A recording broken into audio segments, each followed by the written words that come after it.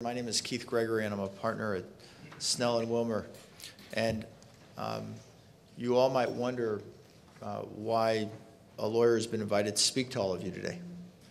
I sometimes wonder that myself. But I'm here to talk to you about what I've come up with, which hopefully is a top 10 list on how to protect yourselves legally. And this top 10 list will not only work towards hopefully providing you with some assistance on whether you're an independent distributor procuring parts from other independent distributors, or a OEM or a contract manufacturer who is procuring parts from any type of distributor, whether it's the original chip manufacturer, an authorized distributor, or an independent distributor. Hopefully this top 10 list will protect you and not only give you some assistance in procuring those parts, but if the situation arises where you face yourselves in litigation, and that will sometimes happen, this top 10 list will hopefully give you enough guidelines to be able to show a court that you've taken these steps, and at the very least, if someone is accusing you or your company of being negligent or possibly breaching a contract, that you can say, well, you know what, we followed the industry standards. This is how we followed those standards. So this top 10 list is based upon AS 6081 and also the National Defense Authorization Act of 2012. So number 10 on this top 10 list is to establish relationships with suppliers you have thoroughly vetted. Now, you heard an excellent presentation from Kevin as to how to do that. But let me just make a few points myself. I don't necessarily think that one of the ways to establish that relationship is just by looking at somebody's website. I think you need to go out and, if you can, if you're establishing a really strong relationship and you're buying a lot of product from a particular supplier, you should go visit that supplier. You should go see them. You should see what they've done in their facility to ensure that the products that they're providing you are authentic, quality products. You're going to see what kind of testing equipment they may have, what kind of investments they've made in that testing equipment, what kind of training they've provided to their staff on how to test that equipment, because they may have spent hundreds of thousands of dollars on testing equipment, but if they didn't necessarily train their staff properly, it doesn't matter. It would be as if I was testing that product, and you wouldn't want me testing product. So you want to make sure that they have the right people in place to do all those things. Also, another thing in establishing relationships with those suppliers is that you should get references from those suppliers and then check on those references. Now, I'll tell you a story. I was a young lawyer. I was working at a small law firm, my first job, and we had to hire a legal assistant for me. And so I looked through a bunch of resumes. I found a resume of someone that I liked. I called her. She came in for an interview. Interview was great. It was a great interview. I said to my boss, I want to hire this woman. He said, well, did you check her references? And I said, no, why would I need to check her references? I mean, she was a great candidate. So she said, check her references.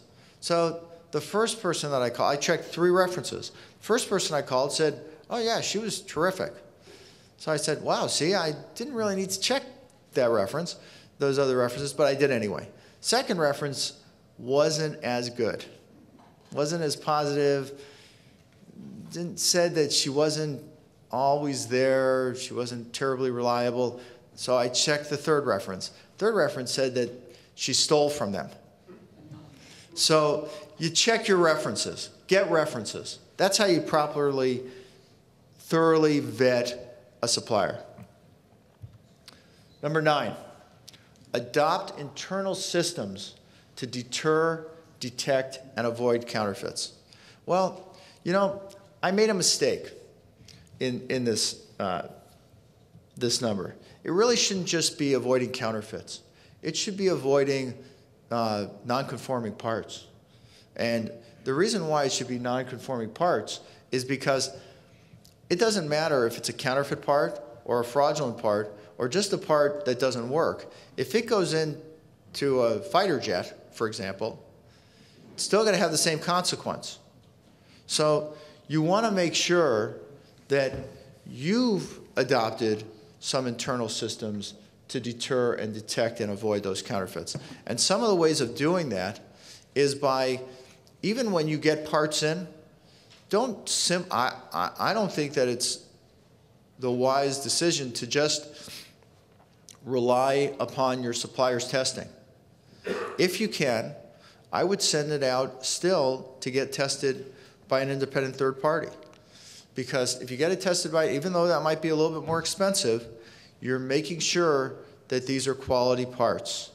So I would make sure that you find a authentic test house and start using, and not just always use the same test house.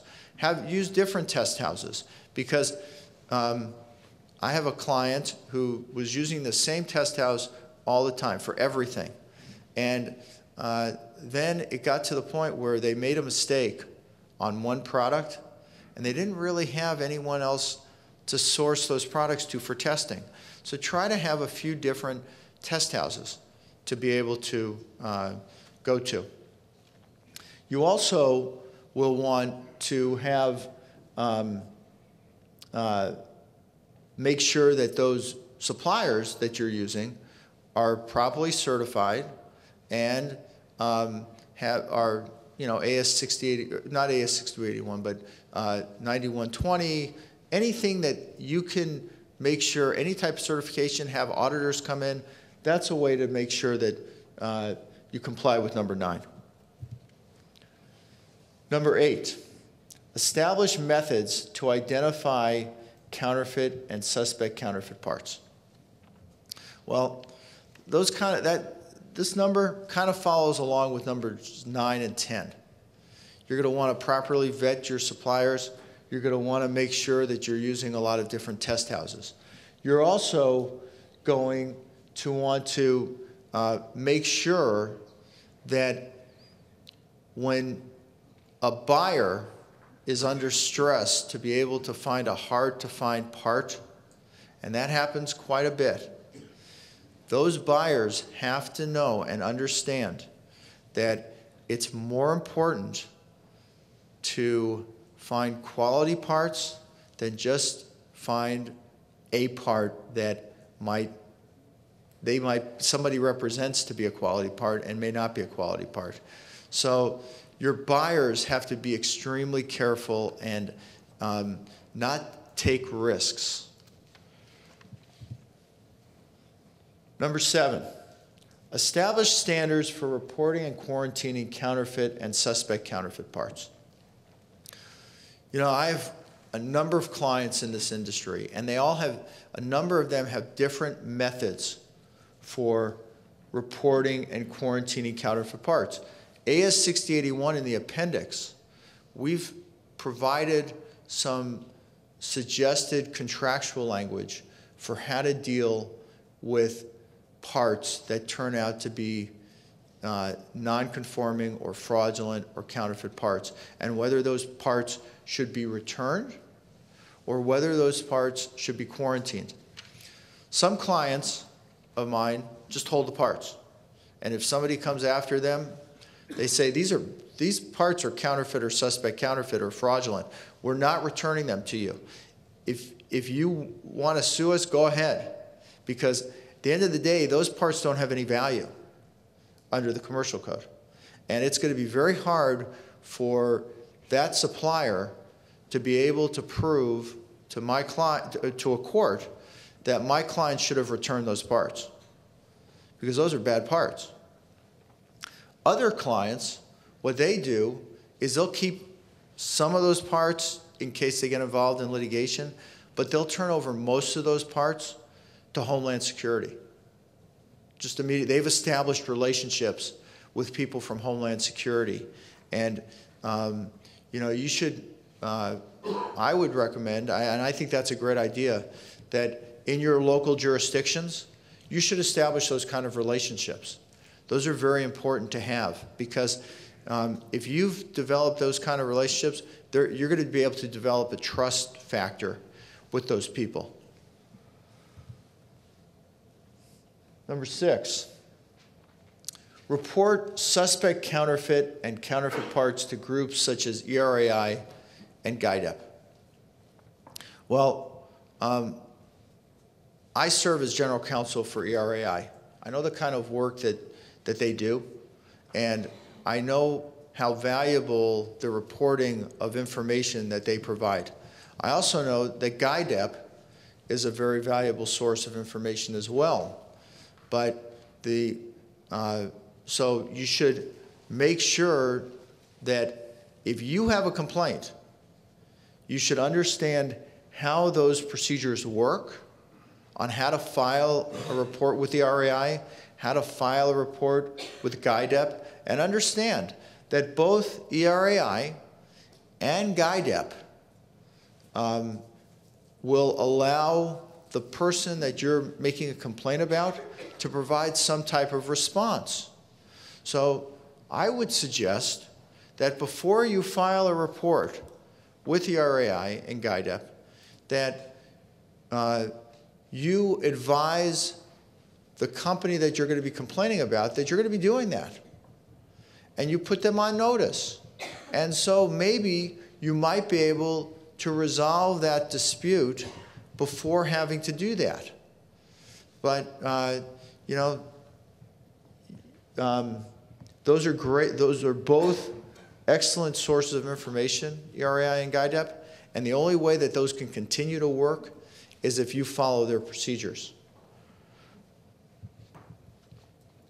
Now, number 5, I think that you should strongly consider promoting the use of DNA marking by parts manufacturers. And the reason why I think that DNA marking can work is I know that earlier in his presentation, Phil talked about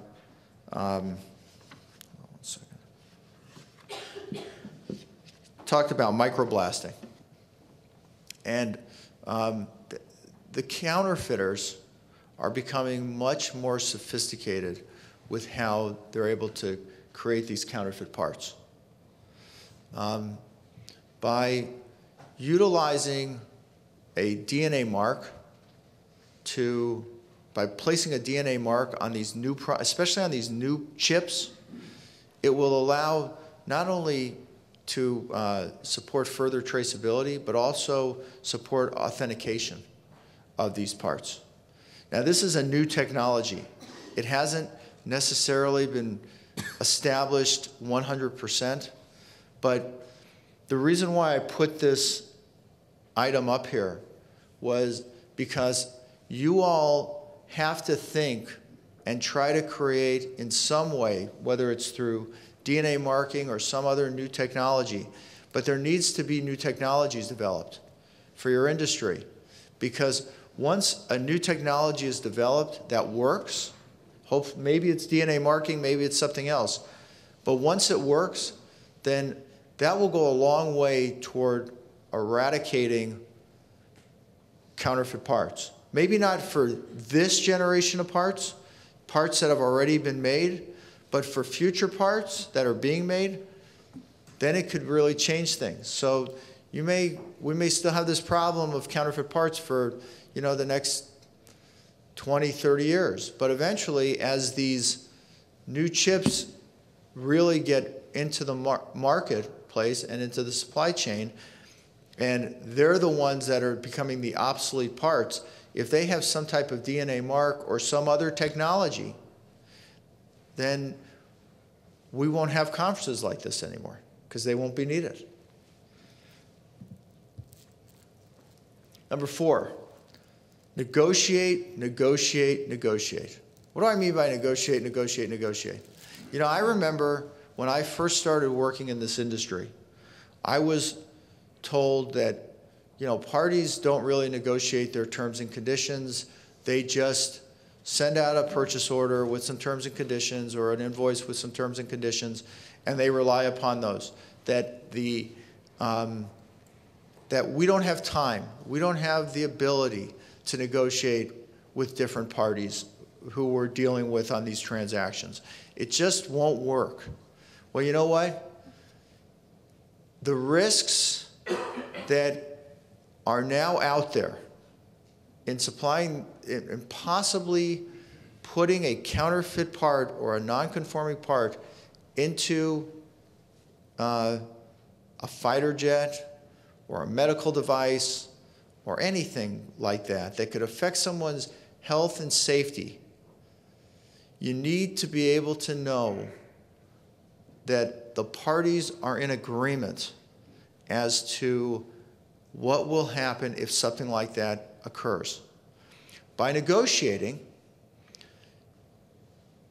and this is my experience through practicing law for 27 years, once people are talking and negotiating, going back and forth, there's less likelihood that there is going to be the supply of a counterfeit component or a non-conforming part, because the people will know up front what could happen if they do that.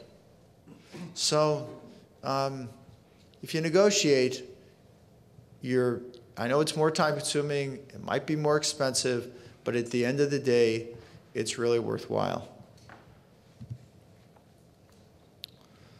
Now, I know that most of you here, I took a look at the SAE website to see the type of audience that I'd be speaking to, and I know a lot of you are either with defense contractors or defense subcontractors.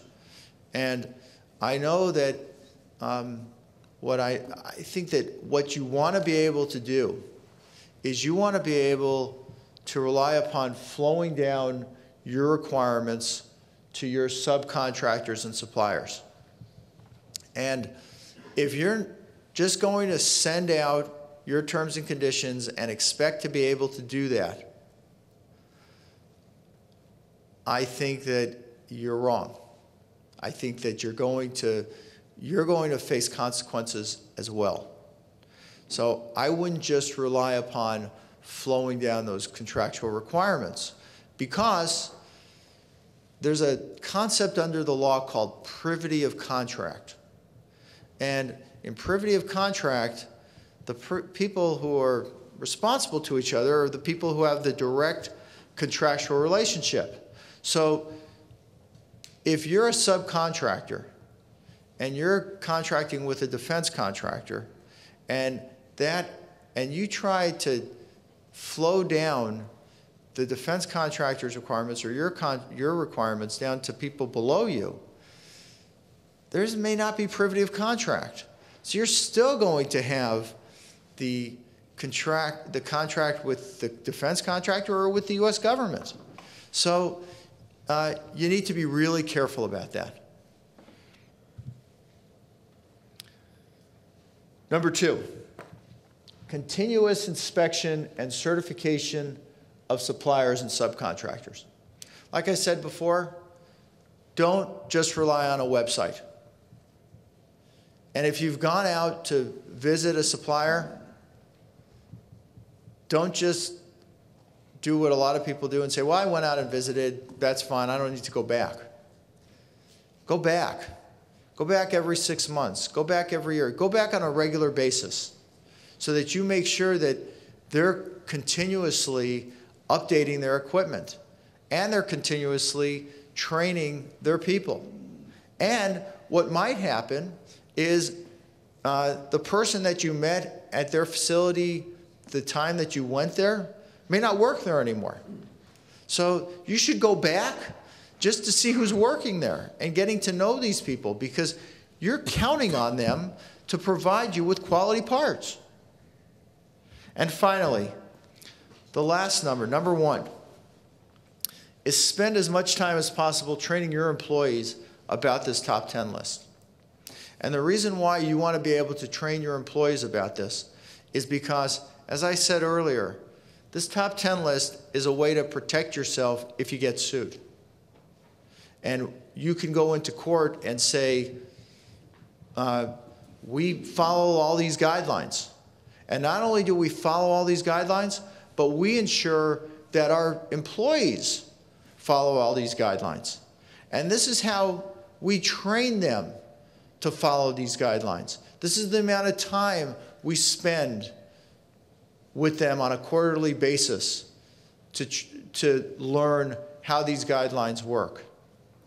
And this is what we do to review with them on a quarterly basis to make sure that they don't forget what we've taught them about. So with that, what I've tried to do today is to provide you with a top 10 list on how to protect yourselves legally.